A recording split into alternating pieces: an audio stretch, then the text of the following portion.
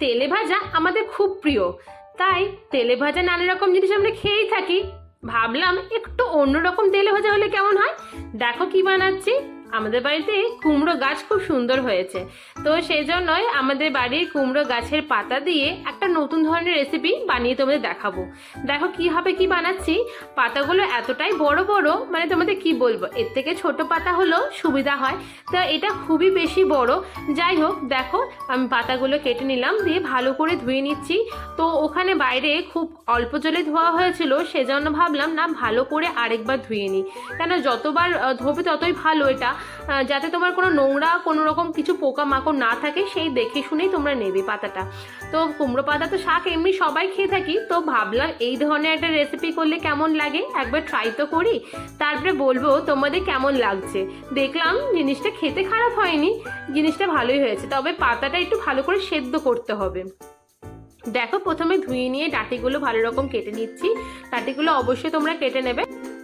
ছোট পাতা হলে ভালোই হয়, কিন্তু বাড়ির গাছটায় অনেক বড় বড় পাতা, তাই বড় পাতাগুলো নিতে হলো আমাকে। দেখো পাতাটা ভালো করে নুন জল দিয়ে কিছুক্ষণের জন্য ভাপিয়ে নেবো, প্রায় সেদ্ধই বলতে পারো, কেন সেদ্ধ না করলে জিনিসটা একটুখানি মানে দেখবে কুমড়ো পাতার রোঁয়া রোঁয়া থাকে অনেক, সেগুলো মুখে লাগবে, সেই জন্যই বলছি একটু সেদ্ধই করে নেবে। দেখো এপিট ওপিট করে ভালো করে, মানে যাতে পাতাটা ভালো করে ডুবে জলের মধ্যে, সেই জন্য এপিট ওপিট করে ভালো করে নরম করে নেওয়া হচ্ছে প্রথমে, তারপরে সেদ্ধর জন্য কিছুক্ষণের জন্য রেখে নেবো। কেননা এটা পাতাগুলো এতটাই বড়, মানে কড়াইটার থেকেও বেশি বড়, সেজন্যই। আর বাড়ির গাছটা অনেক কুমড়ো যেন ধরেছিল, কিন্তু মাচা করে দেওয়া হয়নি, সেজন্যই তোমার ঠিক মতন কুমড়োগুলো হলো না। যাই হোক, দেখতে ভালো লাগছিল এই আর কি।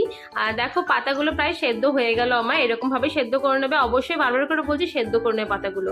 আর দেখো এখানে একটা ব্যাটার গুলছি, তো এটা রেস্টে কিছুক্ষণ ব্যাটারটা রাখতে হবে, সেজন্য আগে গুলি তোমাদের দেখিয়ে নিচ্ছি জিনিসটা। কিছু 2 চামচের মতন বেসন দিয়েছি, আর 2 চামচের মতন সুজি দিয়েছি, সামান্য পরিমাণে হলুদ দিয়েছি, লঙ্কা গুঁড়ো, অবশ্যই লঙ্কা গুঁড়ো, এটা কিন্তু কাশ্মীরি রেড মির্চ নয়, দিয়ে ভালো করে, আর সামান্য পরিমাণে অবশ্যই নুন দিয়ে ভালো করে এর ব্যাটারটা বানিয়ে নিচ্ছি। জল দিয়ে গুলি, অবশ্যই প্রথমে পুরো জল দিয়ে দেবে না, কেননা ব্যাটারটা কতটা ঘন করবে মানে দেখে নাও, সেরকম ভাবে তোমরা জলটা দেবে, একটু একটু করে জল মিশি করবে। দেখো ব্যাটারটা এরকমই হবে।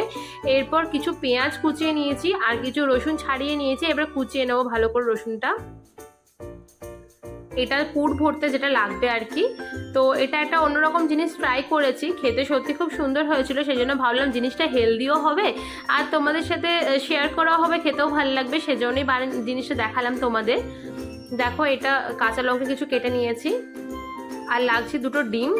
তো যারা ভেজিটেরিয়ান তারা তো অবশ্যই ডিম দিয়ে করবে না, তো আমরা 2 ধরনের বানিয়েছিলাম, একটা ননভেজ বানিয়েছিলাম, একটা ভেজিটেরিয়ানদের জন্য বানিয়েছিলাম, তো সেজন্য ডিম 2টো নিয়েছি, যারা ননভেজ খাবে তাদের জন্য। তো দেখো এবার কিছুটা পেঁয়াজ এর মধ্যে দিয়ে নিচ্ছি, দিয়ে গুলে হলুদ দিচ্ছি সামান্য পরিমাণে, আর সামান্য পরিমাণে নুন দিয়ে ভালো রকম কিছুক্ষণ ধরে রেখে দিচ্ছি ওটা। এরপর কড়াইয়ের মধ্যে সামান্য পরিমাণে তেল দিয়ে, মোটামুটি যতটা বাদাম দিচ্ছি ততটা পরিমাণে, তোমাদের বাড়িতে যেরকম লোক থাকবে সেরকম অনুযায়ী তোমরা বানাবে জিনিসটা। তো আমি কিছু সেদ্ধ আলু নিয়ে নিয়েছি, মোটামুটি কিছু না হলো 6-7টা সেদ্ধ আলু নিয়ে নিয়েছি, ভালো করে ডুমো ডুমো করে কেটে সেদ্ধ আগে থেকে করে নিয়েছি, কেননা আগে থেকে সেদ্ধ না করে রাখলে জিনিসটা অনেকটা টাইম লাগবে, সেজন্যই সেদ্ধ করে নিয়েছি একবারে। আর কড়াইয়ের মধ্যে যে তেলটা ছিল বাদাম তুলে নেওয়ার পর, সেই তেলটার মধ্যে সামান্য পরিমাণে জিরে, রসুন, ভালো করে রসুনটাকে লাল লাল করে নিচ্ছি, তারপরে কাঁচা লঙ্কা দিয়ে নিচ্ছি, আর পেঁয়াজগুলো পুরোটা দিয়ে নিচ্ছি, দিয়ে ভালো করে ভাজা ভাজা করতে হবে এটা, মানে বেশ নরম। যে পুরটা বানাবো সেই পুরটার জন্য জিনিসটা রেডি করছি। এই জিনিসটা অনেক টেস্টি হয় আর হেলদি তো হয়ই, তো দেখে নাও, যেহেতু পাতা দিয়েছি তো পাতার একটা উপকারিতা থাকেই, আর বাকি জিনিসগুলো খেতেও খুব সুস্বাদু হয়। একবার ট্রাই করো আর আমাকে জানিও কেমন বানিয়েছো তোমরা। দেখো এবার নুন দিয়ে নিলাম আর সামান্য পরিমাণ হলুদ দিয়ে নিচ্ছি, এরপর ভালো করে নাড়ি চাড়িয়ে যতক্ষণ না নরম হচ্ছে ততক্ষণ ওয়েট করতে হবে। দেখো আমার কাছে ম্যাগি মশলা ছিল, তো ম্যাগি মশলাটা দিয়ে দিলাম এর মধ্যে। তোমাদের কাছে যদি ম্যাগি মশলা না থাকে তাহলে তোমরা চিকেন মশলা ইউজ করতে পারো, বাট ম্যাগি মশলা দিলে জিনিসটা আরও টেস্টি হয়, সেই জন্য ম্যাগি মশলাটা দিলাম। আর এখানে সেদ্ধ করা আলু যেটা ছিল আমার, বললাম 4-5টা কি 6-7টার মতন আলু নিয়েছি। তো তোমাদের বাড়ির লোক যেমন থাকবে তার উপরে ডিপেন্ড করছে তোমাদের নেওয়াটা, তো আমাদের যেরকম লোক ছিল সেই কোয়ান্টিটি অনুযায়ী আমরা নিয়েছি। দেখো ভালো করে ওটা মিশিয়ে নিলাম, আলু সেদ্ধটাকে ভালো করে স্ম্যাশ করে এর সাথে মিশিয়ে, তারপরে বাদামটাকে, যে বাদামটা প্রথমে ভেজে রেখেছিলাম দেখেছিলে, তো সেই বাদামটা ভালো করে গুঁড়িয়ে নিয়েছি। গুঁড়িয়ে নেওয়ার পর এর মধ্যে দিয়ে নিয়েছি। এরপর এরপর সামান্য পরিমাণে কড়াইয়ে তেল দিয়ে আবার সেই ডিম যে গুলে রেখেছিলাম সেই ডিম গোলাটা এর মধ্যে দিয়ে নিলাম। দিয়ে মোটামুটি ভুজিয়ার মতন করে নিলাম। ভুজিয়ার মতন করে নিয়ে আলু কিছুটা পরিমাণ, কিছুটা তোমার এমনি রেখে দিলাম, আর কিছুটা পরিমাণ এর মধ্যে দিয়ে ভালো করে নাড়িয়ে চাড়িয়ে মিক্স করে নিচ্ছি। কেননা কিছুটা তো বললাম যেটা কিছুটা ভেজ হবে, কিছুটা নন ভেজের মতন হবে, সেই জন্য জিনিসটা করলাম। দেখো এবার আমার কড়াইটা ফাঁকা করে নিলাম, তারপরে সামান্য পরিমাণে তেল দিলাম, সামান্য পরিমাণ না। এরপর হচ্ছে মেন ফান্ডাটা হচ্ছে ভাজার জন্য, যেটা তো এটা তো স্ন্যাক্স আইটেম একটা, তো অবশ্যই ভাজতে হবে। কুমড়ো পাতাটা নিয়ে নিচ্ছি সেদ্ধ করা। এরপর এর মধ্যে দেখো ডিমের আলু যেটা মিক্সারটা ছিল সেই মিক্সারটা পুরটা দিয়ে নিচ্ছি ভালো করে। এরপর ভালো করে ফোল্ড করতে হবে পাতাটা, ভালো করে তোমরা দেখে নাও কীভাবে ফোল্ডটা করতে হবে, কেননা এটা খুলে গেলে তোমার তেলে ভাজার সময় খুব অসুবিধা হবে, সেই জন্য ভালো করে দেখে নাও কীভাবে ফোল্ডটা করতে হবে। আর একটা দেখো গড়ে নিচ্ছি তোমাদের দেখানোর জন্য। ফার্স্টে লেফট রাইট ভালো করে ফোল্ড করে তারপরে ফোল্ডটা করবে।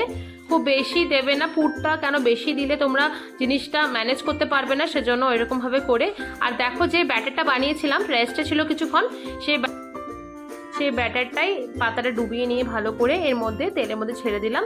এরপর এটা ফ্রাই অবধি ওয়েট করতে হবে, লো ফ্লেমে ফ্রাই করবে, কেননা পাতাটা কিছুটা এর মধ্যেও সেদ্ধ হবে। তোমাদের বলেছিলাম সেদ্ধ পাতা নিতে, তাও জিনিসটা একটু ম্যানেজ হওয়ার জন্য একটুখানি টাইম ধরে তোমরা ফ্রাইটা করবে।